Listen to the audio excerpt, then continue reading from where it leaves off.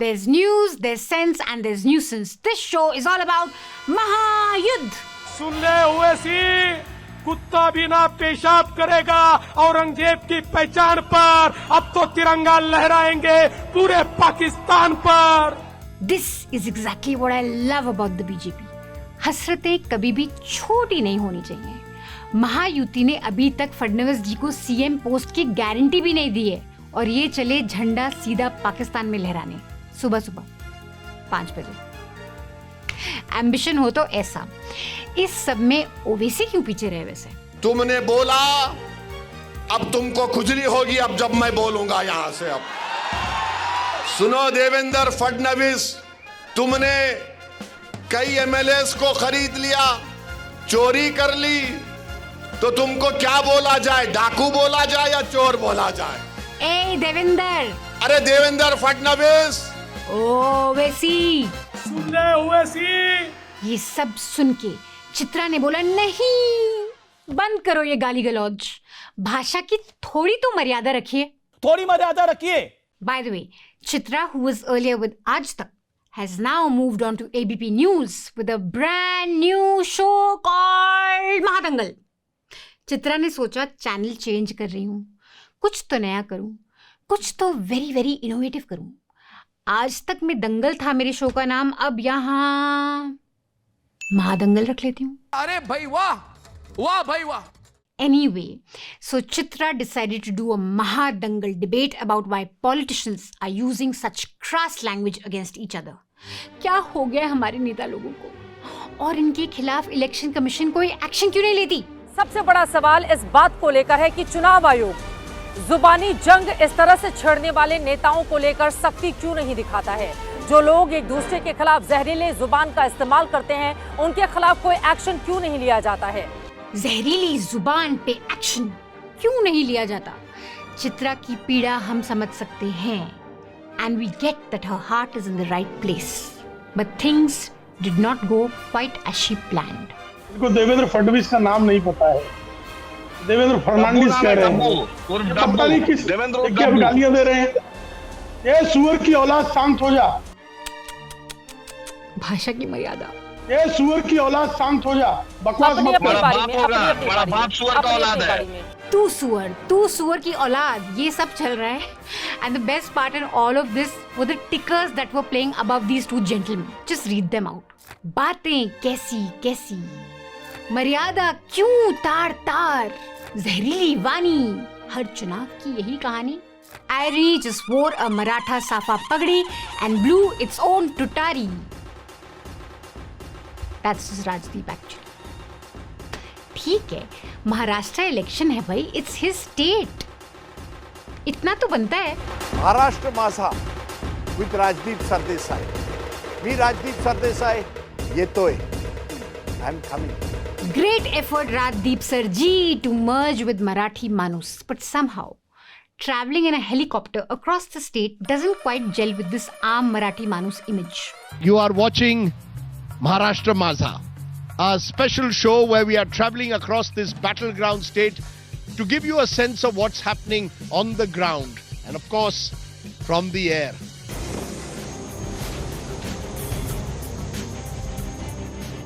Yes, in case you missed it, Rajdeep and even Anjana, both of them are traveling across Maharashtra in a helicopter sponsored by an underwear banyan brand Hint. अब आप पहुंच गए हैं महाराष्ट्र के ही एक ऐसे क्षेत्र में जिस पर पूरे देश की नजर रहती है, और वो है मराठवाड़ा. By the way, इसमें कुछ नया नहीं है. ये अंडरवेयर बनियान sponsored helicopter reporting was launched by Aaj Tak during the Lok Sabha elections with much fanfare. As the world's largest democracy prepares for its biggest festival, Aaj Tak takes the election coverage to new heights. What better way to get the pulse of the nation than flying over its very people? What I don't get though is इतना पैसा खर्चा, इतना copter में घुमाया, पर काम फिर भी वही नोएडा स्टूडियो वाला. गौरव भाटिया जी, ये लव जिहाद क्या है? क्योंकि वो कह रहे हैं कि वोट के धर्म युद्ध से लव जिहाद का जवाब देना है, तो पहले तो लव जिहाद क्या है? लव जिहाद क्या है ये सवाल गौरव भाटिया से पूछने के लिए तुमको हेलीकॉप्टर राइड की क्या जरूरत थी अंजना? अपने कॉलीग सुधीर के साथ स्टूडियो में डिस्कशन कर लेती, वो सब कुछ बता देता चार्ट के साथ। लव जिहाद, वोट जिहाद, लैंड जिहाद, क्रिकेट जिहाद, एवरीथिंग। एक सॉफ्ट जिहाद है और एक हार्ड जिहाद है, इसलिए आज हमने आपके लिए डीकोड किया है। Now I know what you guys must be thinking. तुम bloody subscription independent media types, you are just jealous of Anjana's helicopter ride. I want to tell you guys, जी नहीं, I'm not, because I can do it too. और अब news laundry की चुनावी यात्रा पहुंच गई है महाराष्ट्र। वेस्टर्न घाट्स के ऊपर से हम उड़ रहे हैं और जल्दी हम पहुंचने वाले हैं लातूर। लातूर से हम आपको ये ग्राउंड रिपोर्ट दिखाएंगे। Guys, we don't need a helicopter to get you ground reports. हम लोग ट्रेन, प्लेन या बस में ट्रैवल करके आपको ग्राउंड रिपोर्ट्स ला सकते हैं, जैसे कि ला रहे हैं। All we need is your support, no helicopter.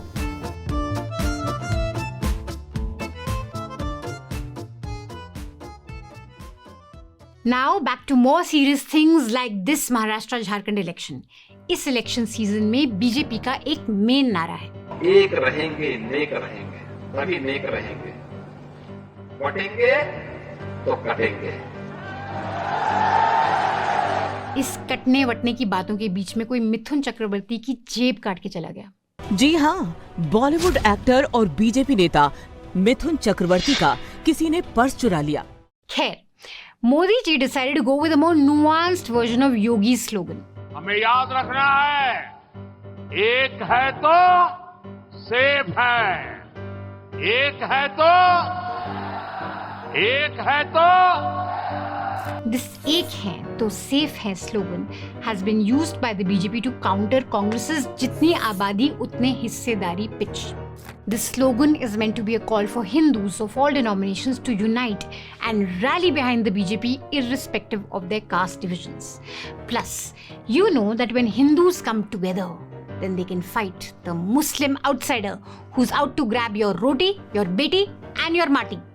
आप chronology तो समझ ही गए होंगे।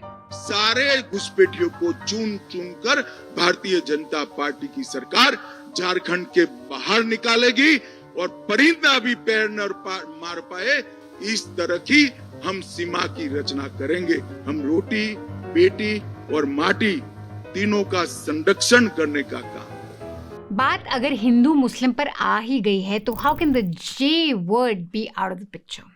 Maharashtra में Devendra Fadnavis has been alleging that the MVA won 14 out of 48 Lok Sabha seats because of, wait for it, vote jihad. Meanwhile in Jharkhand, BJP is leaving nothing to the people's imagination with ads like these. अब हम पाखंडी झारखंडी बन के vote मांगेंगे और हमारा साथ देंगे ये लोग।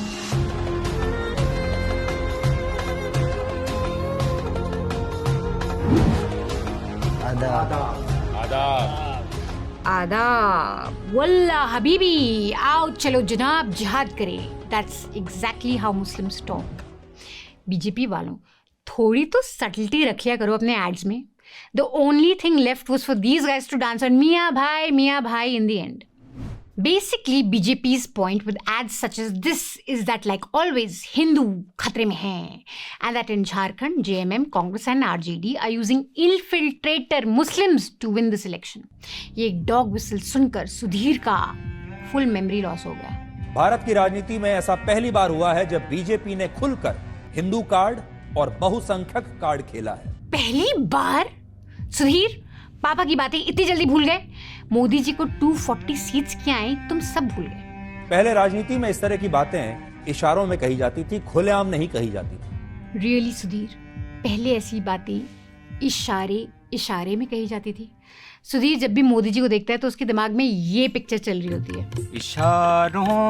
इशारों में दिल लेने वाले, बता ये हुनर तूने सीखा कहाँ से। मीनवाइल मोदी जी ये कर रहे होते हैं। ये संपत्ति इकट्ठी करके किसको बांटेंगे? जिनके ज्यादा बच्चे हैं उनको बांटेंगे। घुसपैठियों को बांटेंगे। Now this show by Sudhir really lived up to its name. It had a little bit of white, a whole lot of black, and nothing that could be counted as grey. मतलब सिर्फ memory loss ही नहीं, सुधीर को proper split personality भी हो गया। BJP Hindutva के मुद्दे को अब और ज्यादा उग्र रूप से और ज्यादा ताकत से उठाएगी और अब वो ऐसा ही कर रही है। एक बात यहां पर स्पष्ट करना चाहते हैं कि हम इन दोनों में से किसी भी राजनीति का समर्थन नहीं करते। राजनीति विकास के नाम पर होनी चाहिए, सौहार्द के नाम पर होनी चाहिए। On one hand, he was telling his viewers that he does not support such गंदी राजनीति जो पोलराइज करे लोगों को। छी, राजनीति तो सिर्फ विकास के नाम पे होनी चाहिए। On the other hand, he explained to all the viewers what the BJP Jharkhand ad means.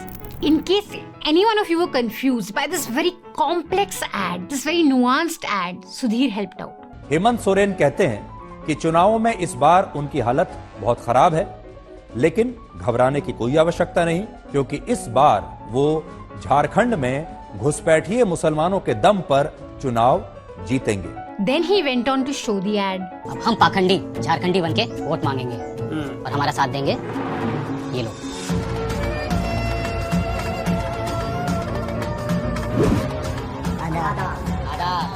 And then Sudhir, who is of course not doing समर्थन of this kind of गंदी राजनीति, ये पोलराइज करने वाली गंदी राजनीति, because he does not support this, he went on to peddle the same theory that Muslim infiltrators are coming in from Bangladesh, marrying Adivasi women and taking up Adivasi land. जो बाहर से आने वाले मुस्लिम पुरुष हैं, वो झारखंड में आदिवासी महिलाओं से शादी कर रहे हैं। इसलिए शादी कर रहे हैं ताकि उन आदिवासी परिवारों की जो जमीनें हैं उस पर उनका कब्जा हो जाए। और कुछ इलाके तो ऐसे हैं जहां मुस्लिम पुरुषों ने गांव की हिंदू महिला सरपंच से ही शादी कर ली और अब गांवों की सत्ता, जमीन नहीं बल्कि पूरे गांवों की सत्ता ही इन मुसलमानों के पास आ गई। पूरी की पूरी सत्ता इन मुसलमानों के हाथ आ गई। To give us an example of how this was happening, Sudhir also showed us a ground report. आज आप सबको संथाल परगना क्षेत्र से हमारी ये ग्राउंड रिपोर्ट देखनी चाहिए और सोचना चाहिए कि कैसे संथाल परगना के इस इलाके में हिंदुओं के बटने से, आदिवासियों के बटने से उनकी आबादी सिकुड़ कर रह गई। हमारी ग्राउंड रिपोर्ट में पता चला कि एक पंचायत की मुखिया सुनीता टुडू है, लेकिन उनके पति का नाम समुशल अंसारी है। उनके पति और बच्चे मुस्लिम होने की वजह से अब उनके वंश की आदिवासी पहचान खत्म हो जाएगी। फिर यहाँ पे आपको ठीक लगता है? अभी तक तो ठीक लग रहा है। Now, the case of Sunita is not new, and this whole boogie about Muslim men marrying Adivasi women to hadpo their zameen, this is also not new. In fact, Scroll in August had investigated these claims. They looked at 6 cases where Adivasi women panchayat leaders were married to Muslims. All these women said that they married out of choice. In fact, this is what Sunita Tudu told Scroll back in August. I have married with my own consent. There are 4 other inter-caste marriages in the village. Why isn't anyone making that an issue? Sunita's husband said, we have been married for over 10 years. Why is this being made an issue now? At no point, nowhere has Sunita said that she was forced into the marriage. And most importantly, her husband is a Muslim from Jharkhand, from her own village. He is not some Bangladeshi infiltrator as the BJP is trying to suggest. So एक झारखंडी दूसरी झारखंडी से शादी करता है और त्राही त्राही much जाती है आज तक के स्टूडियो में। मतलब मियाँ बीवी राजी और इशू बनाएगा तिहाड़ी। Another Adivasi woman who married a Muslim said this to BBC in a report this week. ये तो निजी जिंदगी का मामला है, हमको किससे शादी करना है, किसके साथ रहना है, जमीनी स्तर पर आकर के देख लीजिए क्या है सच और क्या है कौन है कहाँ का। ये तो निजी जिंदगी का मामला है। काश इतनी अक्ल हमारे प्राइम टाइम एंकर्स में होती। What is important to note is that Adivasi women in Jharkhand do not hold inheritance rights over their father's land. So the argument that non-Adivasi men are marrying women to capture their land is baseless because they don't get any rights on the father's land. But still the issue has been raised by multiple BJP leaders like Nishikant Dubey in Parliament and then Home Minister Amit Shah ji at the meeting of BJP in July. And now, bang right in the middle of the election, it has again intensified this entire rhetoric. So when Sudhir says this, एक बात यहां पर स्पष्ट करना चाहते हैं कि हम इन दोनों में से किसी भी राजनीति का समर्थन नहीं करते। राजनीति विकास के नाम पर होनी चाहिए, सौहार्द के नाम पर होनी चाहिए। We know it's total bullshit.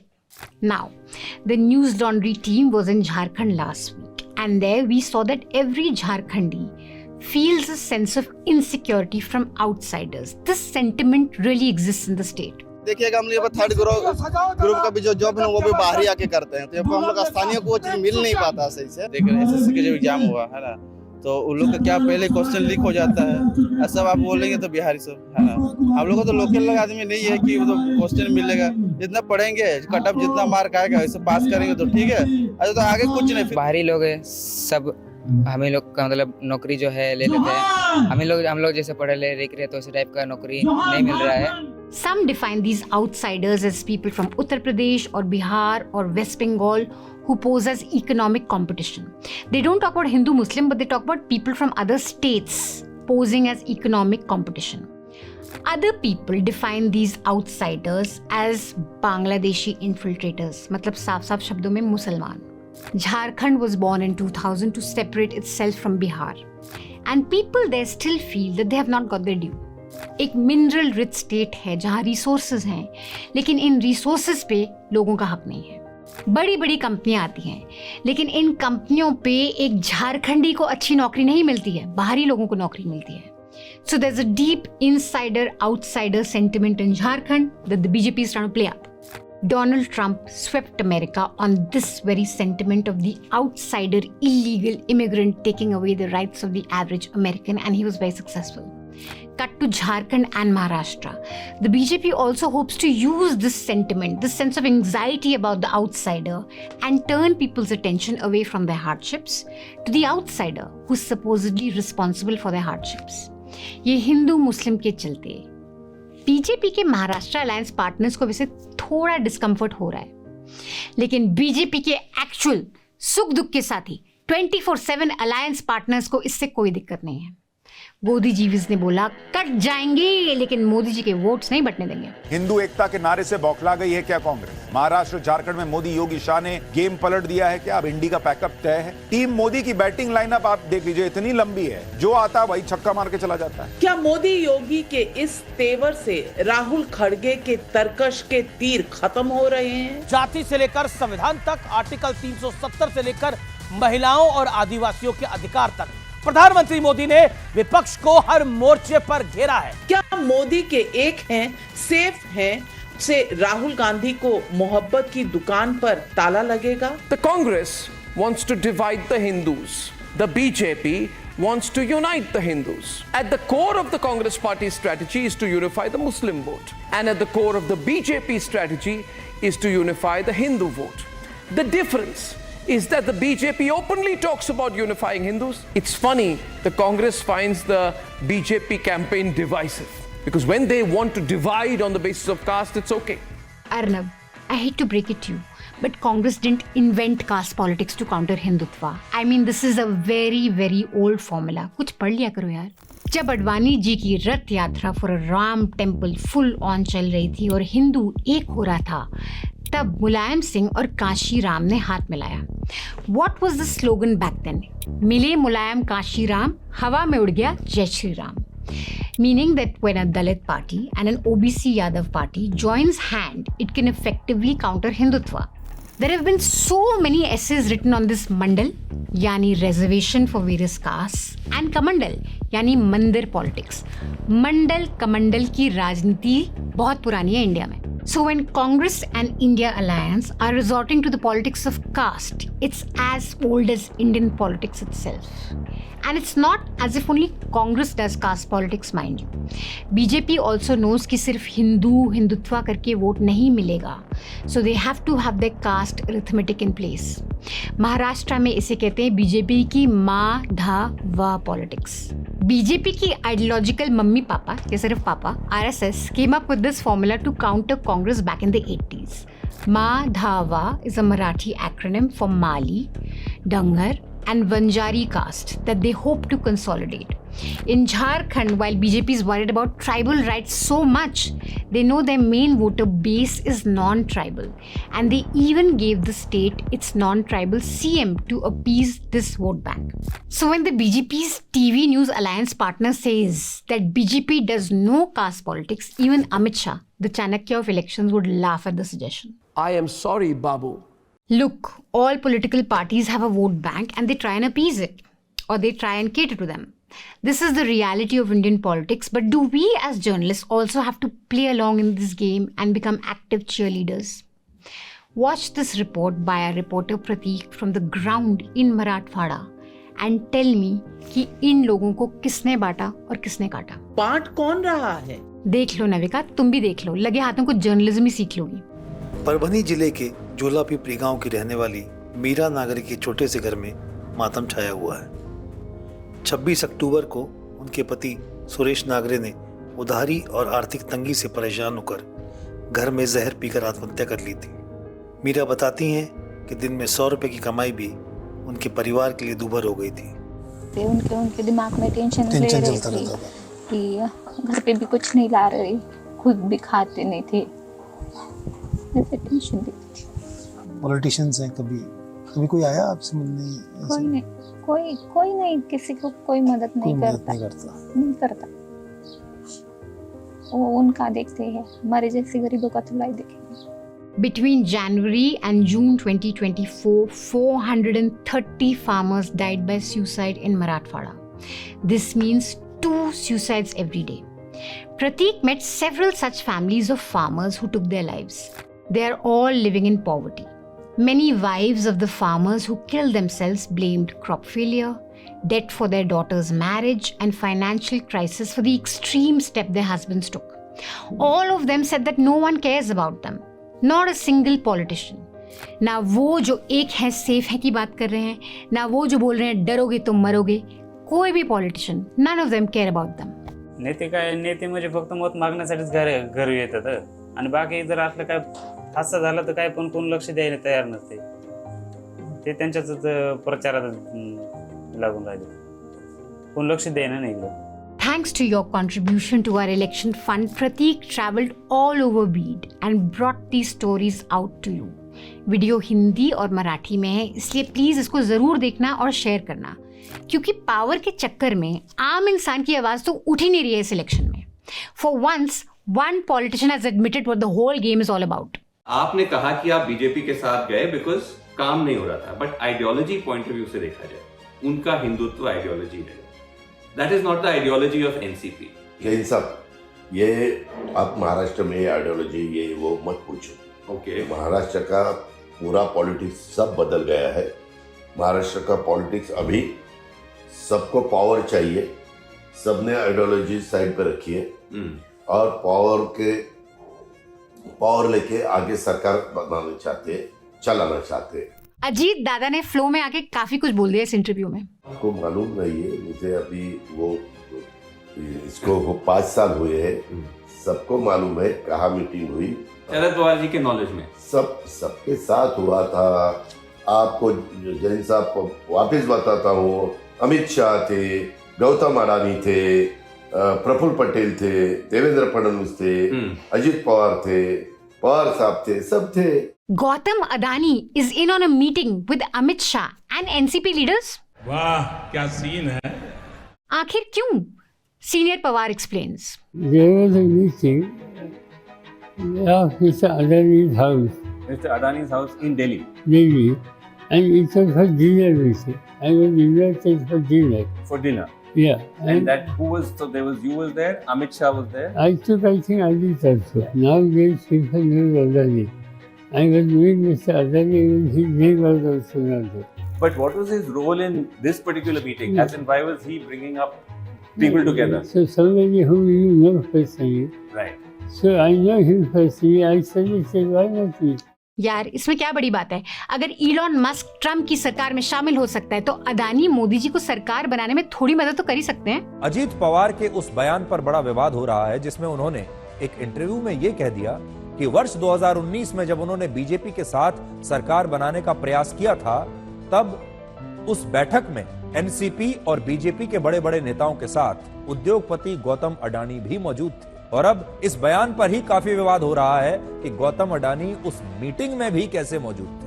Exactly Sudhir, पूरे महाराष्ट्र में यही खबर चल रही है। थोड़ा बहुत क्रेडिट हमें भी दे देते, क्योंकि स्टोरी तो हमने ही ब्रेक करी थी। अमेरिका में तो जब से डोनाल्ड ट्रंप चुनाव जीते हैं, लगातार इलॉन मस्क उनके सबसे प्रमुख सलाहकार बने हुए हैं। डोनाल्ड ट्रंप जब दुनिया के बड़े बड़े नेताओं के साथ बातचीत करते हैं तो कमरे में इलॉन मस्क मौजूद रहते हैं। और ना ही अमेरिका के लोग इसे वहां लोकतंत्र की हत्या बता रहे हैं, ना ही कह रहे हैं कि डोनाल्ड ट्रंप बिक गए। Trust Sudhir to bring you all the logic BJP needs to justify everything they do. That interview, by the way, was an exclusive interview to News Laundry, and you can watch it on our YouTube channel if you're a News Laundry subscriber.